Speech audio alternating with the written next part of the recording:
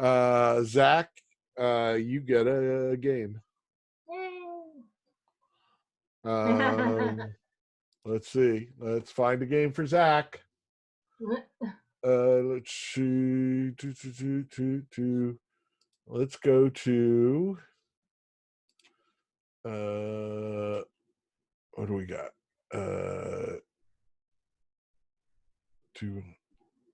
Oh, I can't tell. I can't tell if I claimed those or not, so I'm not going to give them to you because I might have claimed them. How about here? Okay, here I can. I am going to give you Guacamelee 2. How's that sound? Unless you already have it. Do you already own Guacamelee 2? I have that. I'm fairly certain I. Okay. Give me what email you want me to send it to in the chat. Type your email address and I will send you a code or whatever it is that Humble sends you.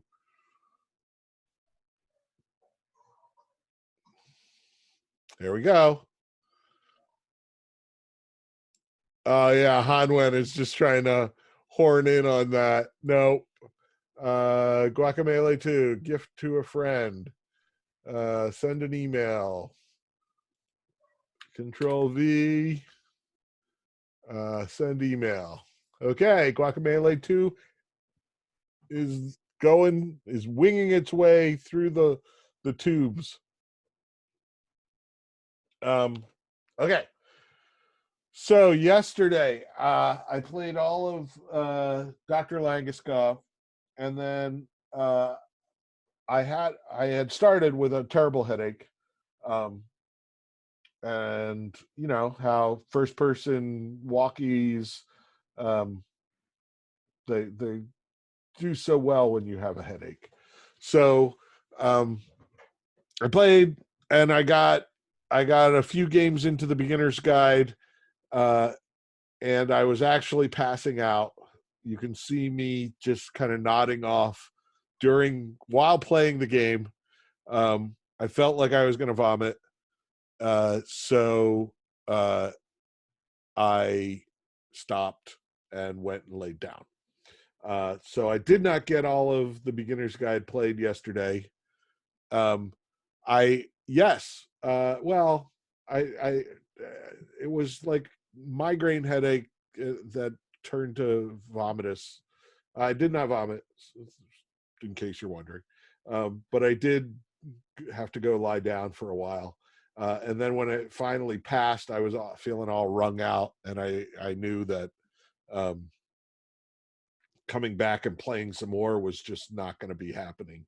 So I'll play some more over the weekend, probably on Sunday, just like I normally do. Sunday at 3, I'll bang the rest out. But I'm going to talk about it hopefully today, if not tomorrow. So it's really not a long game. You can bang it out in an hour and a half. Okay. Beginners, both are on Steam.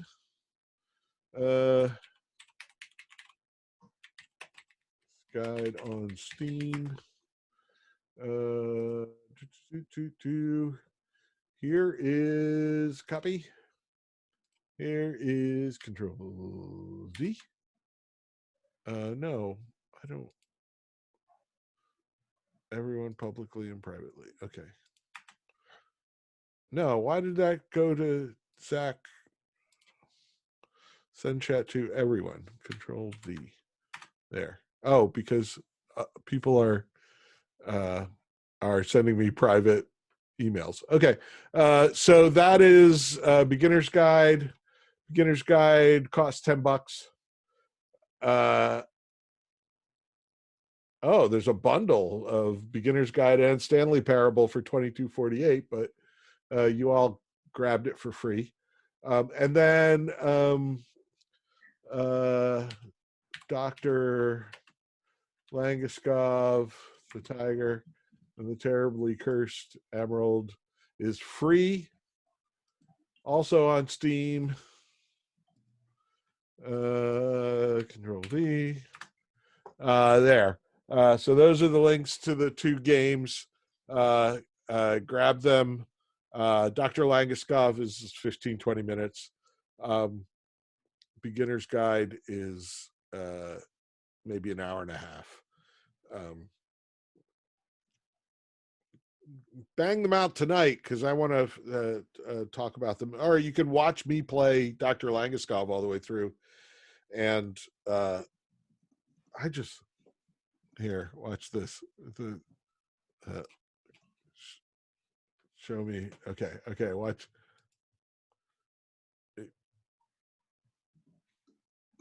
Okay, so Zoom, share screen, share, optimize screen for video clip, share. Okay, watch this amazing end to my stream. And the puzzle is a way of closing the door on a previous chapter. I am not feeling very well at all. You're not looking good there. In each of his games, after exploring a theme that, you might find difficult, Coda can then play. Dude, come on. This is me. I'm falling asleep.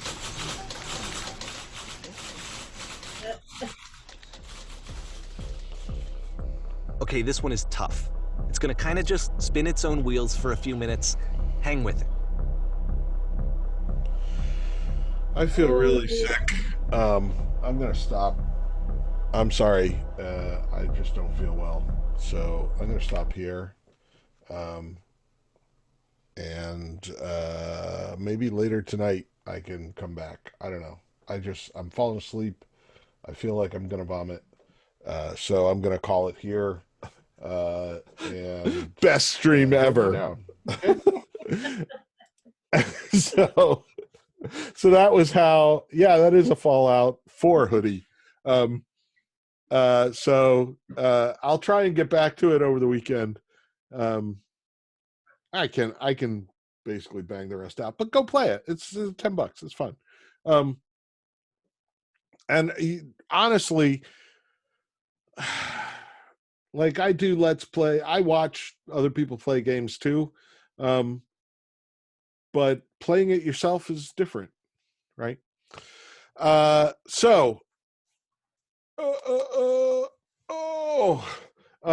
other thing, we don't have class on Monday.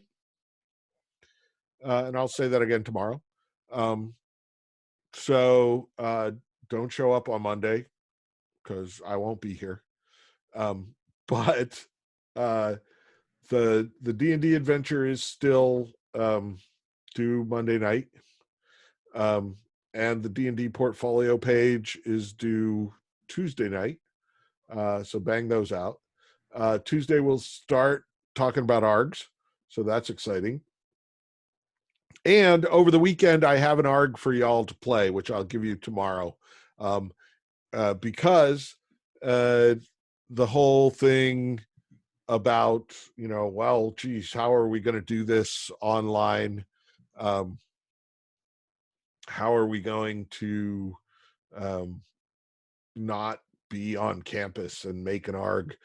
This ARG that I want y'all to play is a short little ARG for an Easter egg hunt for this year for Easter that this woman made for her friends and relatives to play online entirely during the lockdown. So I honestly have not played it yet, but I've read about it and it sounds great. So we'll give it a try. And I encourage all of you to work on it together. Get in the Discord and talk to each other about how to solve things, right? There's no reason everybody has to work on it alone. If you see a puzzle that you know how to do, post about how to solve it. ARGs are community based. So the kind of wonderful thing about ARGs is if one person solves a puzzle, they share it with everybody else and everybody solved the puzzle. And then I can't tell you how many people I have met through playing ARGs where they're like, I'm not really a puzzle person. I'm not real smart about how to solve things. I just love the stories and the people, and I come for the community, and to have a good time. But I'll come along and I'll talk to y'all, but don't expect me to solve any puzzles, right? And guess what? Um, just the people who are like, I love puzzles. I solve puzzles all the time. They generally uh, uh, bounce ideas off of the people who say they're terrible, and the people who say they're terrible come up with the solutions, and then the people who solve puzzles all the time go and put them in and get the solve. That's what I see all the time. Is like, I'm terrible. Hey, have you thought about maybe it's a spaceship? And no, I haven't. Let me go try that. And then it worked. Oh, geez. So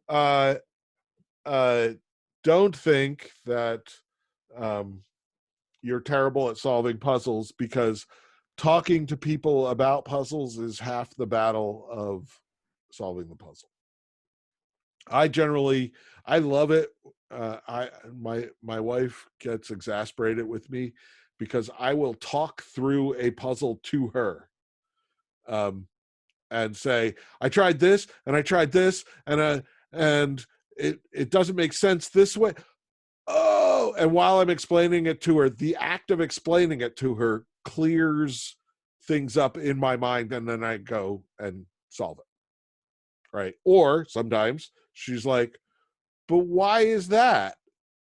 And then I go, why is that?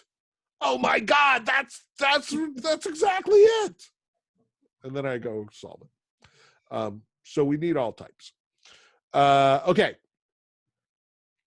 So on Tuesday, I was talking about Stanley Parable, or in the last 2 minutes of class, I talked about Stanley Parable. Yes, Zach, that's how you find bugs in codes. Exactly. That's how you explain it to somebody who doesn't know how to do it, and the act of explaining it clarifies it in your own head. Exactly. So if you feel like you don't know how to solve puzzles, you can be helpful too. Okay, so Stanley Parable. I played this on Sunday. Hope y'all have played it. It was free on Epic, so there's no excuse that I couldn't afford it or don't have it. There are, let's see, can I find it? I had it up. Oh, no, not that. Not that. Where is it? Here we go. Okay. So I played this. I played an ending for the other class, and I didn't realize that I didn't have the sound on in the video, and the video itself is just white while a song plays, and they're all like, "Why are we staring at this white thing?" So, am I sharing the right thing? Wait, I'm not sure. It's the guitar ending, otherwise known as the white ending, wasn't Yes. that the one? Okay. So I'm going to play this because, okay, just going down, this website lists 16 endings. They start with the red door and the blue door ending, which seems really strange to me, because I think of the main ending as the do exactly what the narrator says, and then why don't I have? Let's see, manage participants, and then where's chat? Wait, where's chat? Alt. There's chat. Okay. First one Griffin got was the real person ending. The red and blue door is supposed to be a reference to the Matrix. Maybe, yeah, possibly, sure.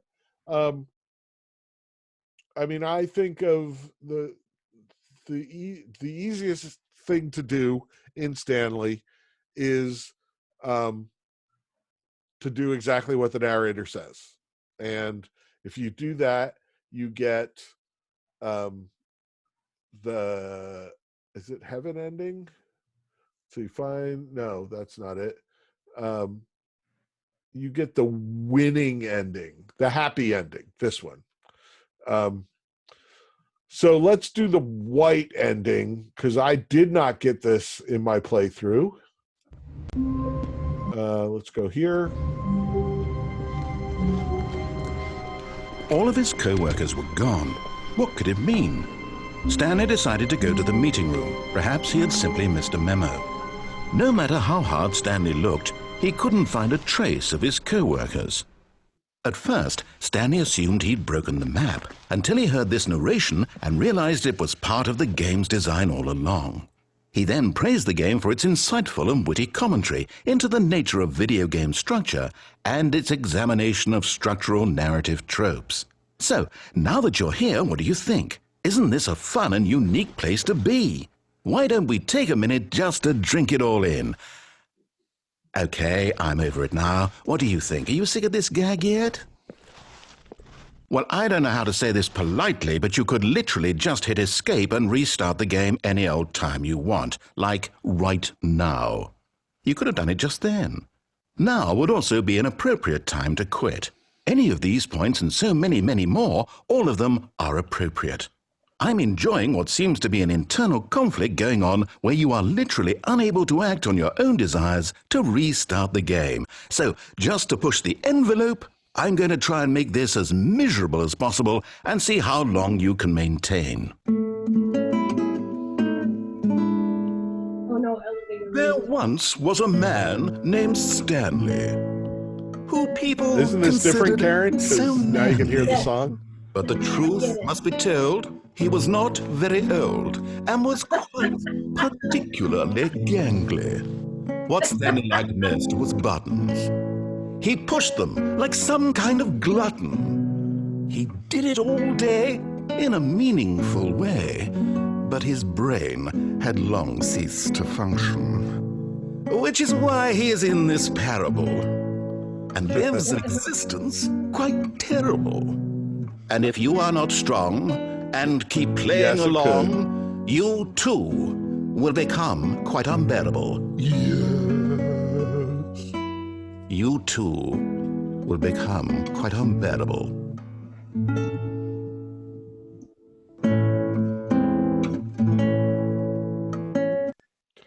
And that's the white ending. Okay. So let's kill that. The other endings that I didn't get, that one's too long. I didn't get the heaven ending. I got the suicide ending. I got the too much pressure ending. I got the white ending. They're suggesting the confusing ending or the one where you unplug the phone. Okay. Unplug the phone is to crucial ending. Don't enter the mic. Go left and follow the escape sign. That's pick up the phone. No. Nope. Newly open path. Where the heck is unplug the phone? Here, this one. The credits ending. Okay. All of his co-workers were gone. I'm going to skip ahead because this is 13 But the minutes fact long. is that the story has been about...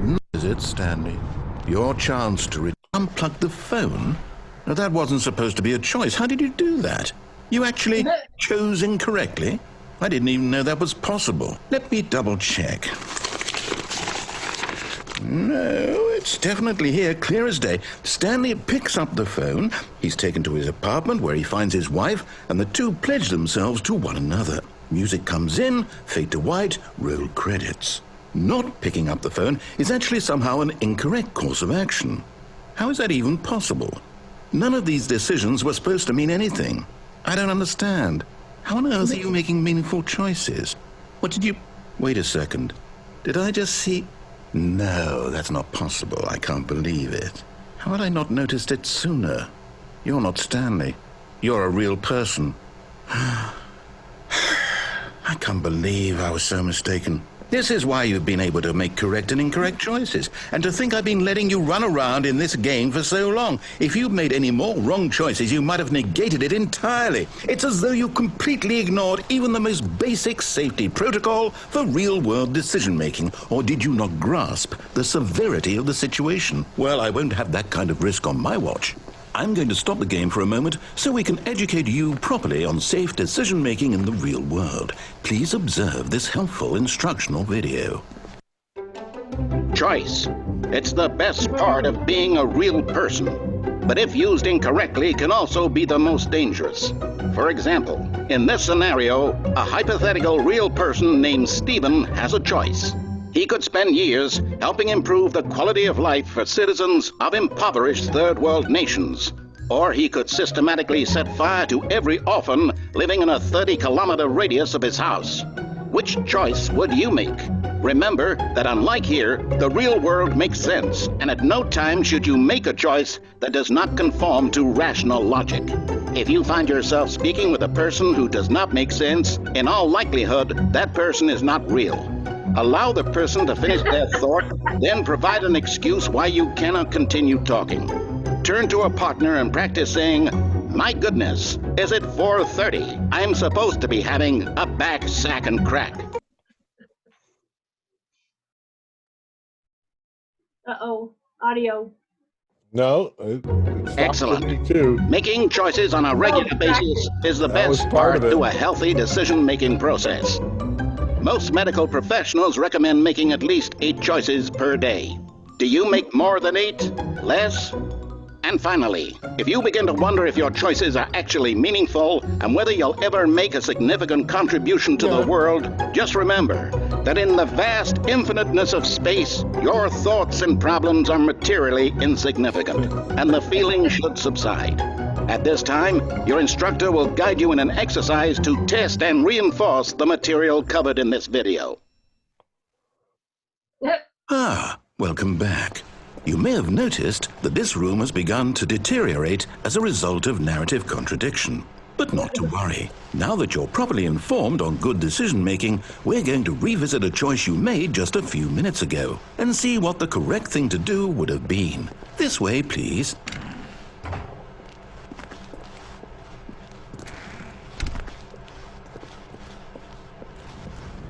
Okay, gotta skip ahead because this is long.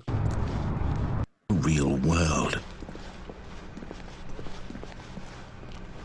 Now remember, all you need to do is behave exactly as Stanley would.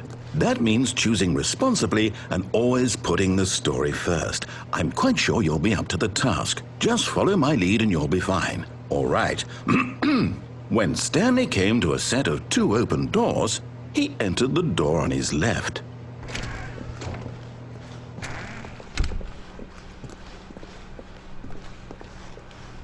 Skipping ahead. Knife. Shocked, unwrapped passcode to speak up, but now he would draw from within himself the courage to face the unknown. He drew a sharp breath and then spoke the code.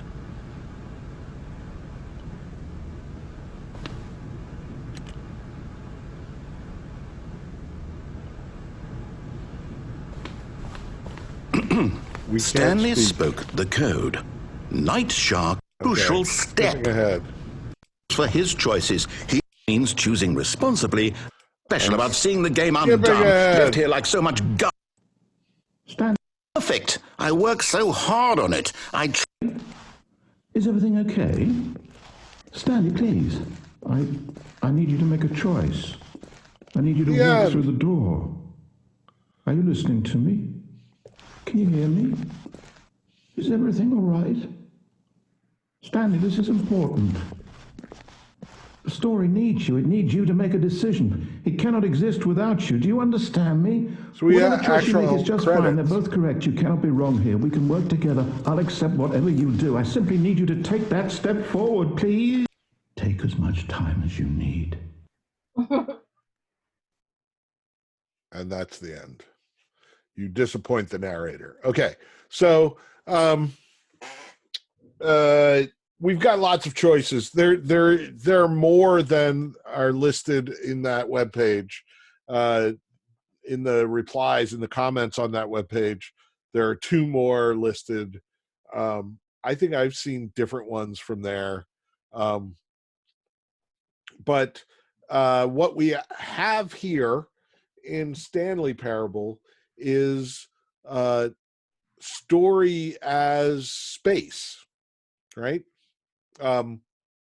All your choices are left or right. Which door do I go through? Not quite all, because there's pick up the phone or unplug the phone, right? That's a choice. But the vast majority of your choices are given to you as left or right, this door or that door, go here, go there. So we can turn plot into a physical map, right? We can say a path through this space is a story. And we do that all the time with choose your own adventure kind of books. Think about a choose your own adventure book, right? If it says, if you want to open the door, turn to page 114. If you want to go to the right, go to page 76, right? And then you choose and you go to that page. And the vast majority of choose your own adventures end with you are dead, right?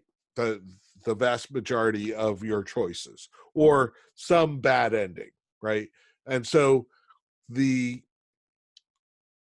gameplay, the challenge of a choose your own adventure book becomes navigate the possibility space to get the good ending, right? Isn't that also I don't know, have you played the various dating sims, the kind of visual novel Japanese dating sims? I've played 2. One where you date giant pigeons, called How to Fool Pigeon, and one where it's Jane Austen. It's Mr. Darcy, and but the Persona games are the same kind of thing, where How to Fail Boyfriend. I highly recommend it. It's amazing. Let's see, store. Well, no, I'm not going to pull it up. Giant pigeons. There's an explanation. Oh, and you are human, by the way. You're a human person, and you're going to high school with a bunch of giant pigeons, or giant birds, and they all have personalities. And there's like the bad boy and the goth pigeon, and one of the teachers is a serial killer, and you can identify him. You can even end up romancing him, and that is a crazy path, let me tell you, when you romance the serial killer. But all of those are about navigating the text, right? So that you find your path through the possibility space. So if we go to, let me get to the whiteboard. Share. Okay, good old whiteboard. And let me pull up chat. So that's your basic choice, right? That is the international symbol for choice. And if you put a face on him, he becomes Trumbus. If you're into Trumbus.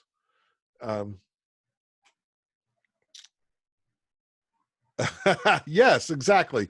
So if you've played Bandersnatch or watched Bandersnatch on Netflix, that is essentially here. Let me undo the personification of choice.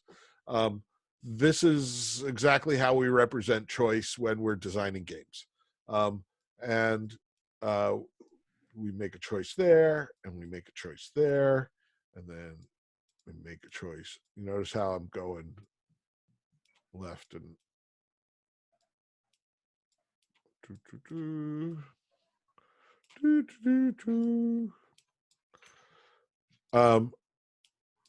and if you're an astute observer, you notice that very quickly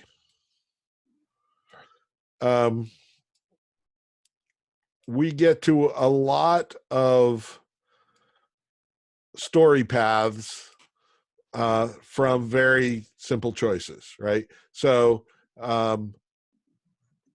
just 10 choices in, we're at 2 to the 10th, which is 1024 exponential growth. Yes. 1024 different stories. So that's a nightmare to write, right? Where I have to write 1024 stories essentially, just to get 10 choices. That doesn't seem economical in terms of development time. So what generally happens is you get this, or what looks like this, right? And then maybe here you get different formations. Oops. There, so that I can collapse things again. So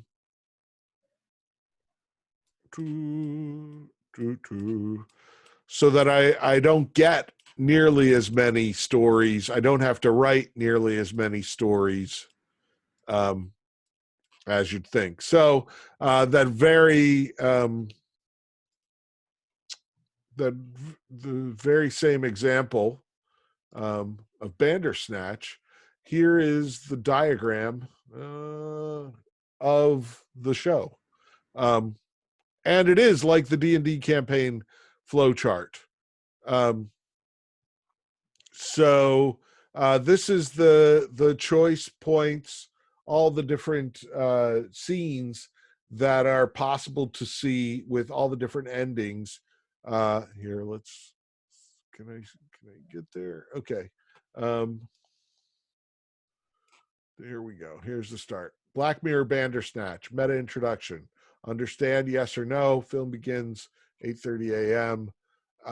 Breakfast, sugar puffs or frosties. Notice it doesn't matter. They both go to the same place. The first actual effects ad played on VCR. Effects ad placed on VCR. I don't even know. I haven't looked at this in detail.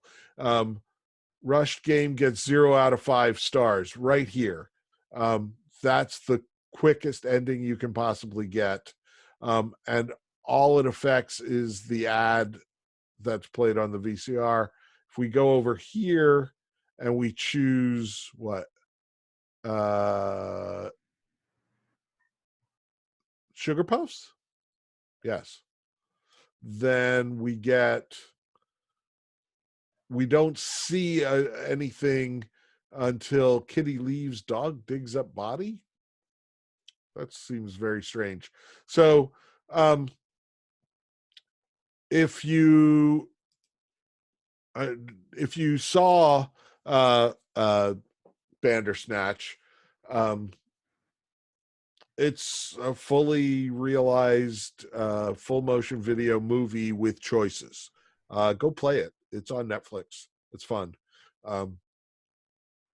It was also written in Twine originally, so that they could work out all the choices and figure out how these things worked.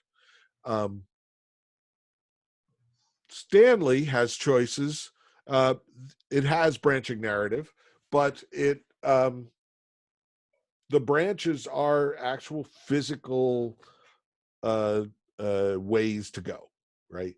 So just like a D&D campaign, think about when I asked you about your play sessions in D&D, right? I didn't really ask, what did you do? I asked, where did you go, right? Because really the decision points are, do I go to the magic shop, or the alley, or the inventor's workshop, right? And that determines your story. Because if I go to the magic shop, then I go to the Kenku. If I go to the inventor's workshop, then I go to the noble. If I go to the alley, that's the one where, depending on what I find in the alley, I can then either go to the Kenku or the noble. And then it collapses down into a single choice. Kenku or noble both point me towards the windmill, right? So it widens out and then it comes back in. Because if we did a different ending for every choice, it would be 8 different endings, 3 to 2. So yeah, it would be 8 different endings, maybe 4 different endings, depending on if I collapse back in. So that's a lot of writing. Stanley Parable. So the Groundhog Day nature of Stanley Parable, where you start over, is about exploring the possibility space. Imagine if you played it once, like you made your decisions, and then you're done and you can't play it anymore, right? That is a story. You got one story. But like a choose your own adventure, we go back and we make different choices, because the fun of these kind of games is to explore the possibility space, to see all the different choices and see where they will take us, to marvel on the cleverness of the writers, right? So think about that when you're writing your D&D adventure. Think about the choices you're giving, not as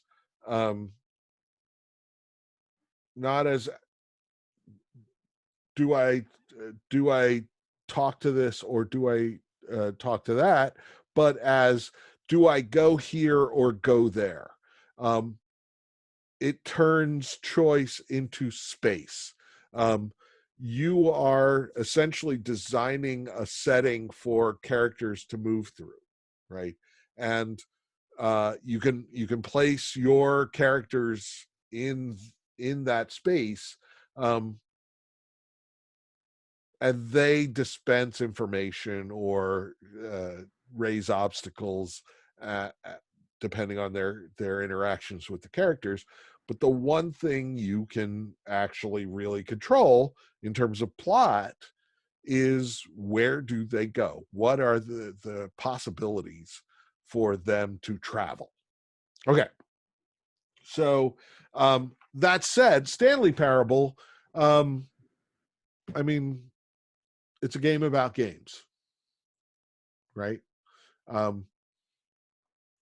In order to win, in order to get the good ending, you do what the narrator says. Stanley pushes buttons when a computer tells him to push buttons, which is essentially every video game. Jared says, I was kind of assuming that because we are limited to 6 pages, we would only be able to have starting location, 2 options to go to, and then the same final destination from both of those. You are correct.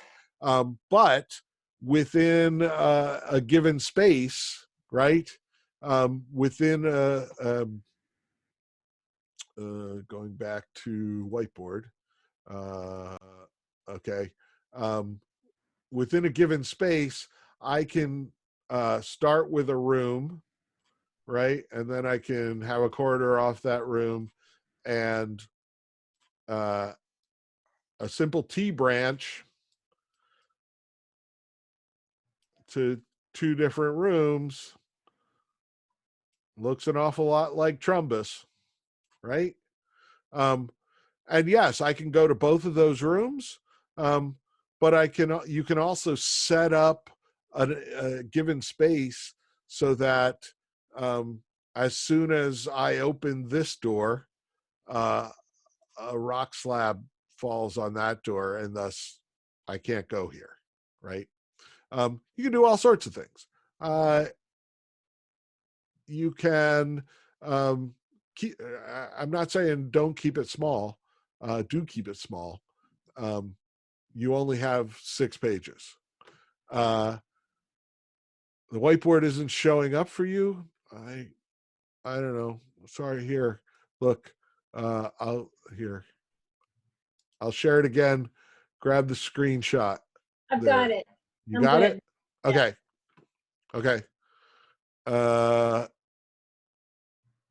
Okay. So there's another thing about Stanley, in that Stanley was a Half-Life mod, right? It started life as a Half-Life mod, and then it got popular enough, or they kept working on it, that they charged money for it. The charged money version for it came out in 2013, but it was out. I probably played it 2 years before that as a mod, and it was different. It was there were fewer endings, but they were also different endings. So the interesting thing to me, and I wanted to bring this up, is that also in 2013, the first Fulbright game came out, Gone Home, which I already talked about it. It's the story of coming home to this empty house and walking around this empty house. In fact, Gone Home came out in August, I think. I just had these all up and I closed them. So, and one came out in August and one came out in October, but I believe Gone Home came out and then Stanley Parable came out. Right. That's what you found. But Stanley Parable had come out as a mod a year or more before that. When Gone Home came out, it was there was this weird backlash of, this is not a game. This you don't do anything. You just walk around and stuff plays. There's nothing to do in this game, and its detractors made up the term, because also around this time, Steam came out with tags that you could label games with.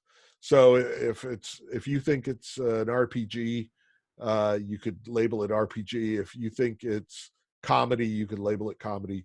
And at that time, you could label anything with anything, right? So there were all sorts of goofy stuff going on where, a bad game would get labeled as horror because it was a bad game. For Gone Home, somebody made up the term walking simulator as a pejorative, as an insult, right? This is just a walking simulator. It's not really a game. And the funny thing was that Fulbright was like, okay, yeah, it's a walking simulator. We like that. And they kept it. There was this whole thing where Steam was going to get rid of the term walking simulator, and they were, Steam does what Valve always does, is they throw something out there that is rife with abuse, and then it gets abused, and they're like, who knew that people were going to be awful? And then they fix it or they don't, right? And in this case, they basically said, well, we're going to limit what labels you can put. So you can't label anything with anything. And Fulbright actually said, no, keep walking simulator. We like walking simulator. It's good. But I want to point out that Stanley Parable is also a walking simulator. You can't do anything. You can do plenty, but you can't. There's no shooting, right? You can push buttons. You can choose to go left or right. You can't even jump. You can crouch. Do you ever need to crouch in Stanley? I don't think so. I don't think it's ever necessary, but they let you crouch. And yet, despite having just as much gameplay as Gone Home, Stanley was beloved. The same gamers who ragged on Gone Home thought that Stanley was great. There's a gimmick no jumping achievement, which is great. Is there? I thought I saw all of them. But whatever. Okay. If you spam space a bunch, okay, well, I'll try that. So I want to point out that this whole walking simulator thing is probably about misogyny rather than about games. Gone Home is about a woman who comes home to her family, and it really tells the story of a budding lesbian romance between her little sister and a high school friend.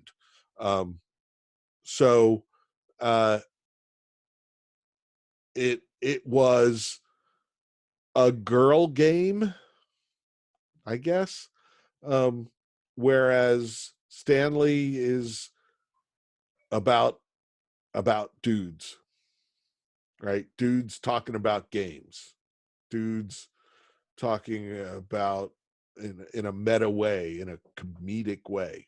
So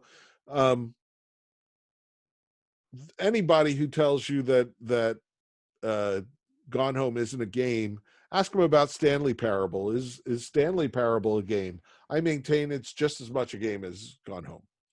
Okay. Oh, God, I get going and then I look over at the time and we're over time already. Okay. So The Beginner's Guide is by Davey Reedon, and Dr. Langeskov is by the other guy. I can never remember the other guy's name because he didn't put his name in his game. Beginner's Guide starts out with, hello, my name is Davey Reedon, and you might remember me as one of the creators of Stanley Parable. And that's why I remember Davey Reedon. So we'll talk about those. They're both games about games. And you can see their origins in Stanley Parable. And we'll talk about those tomorrow, I guess. Okay? Okay. Thanks for coming. I'm going to stop recording now. I will try to get other things played this weekend, and I will see you tomorrow.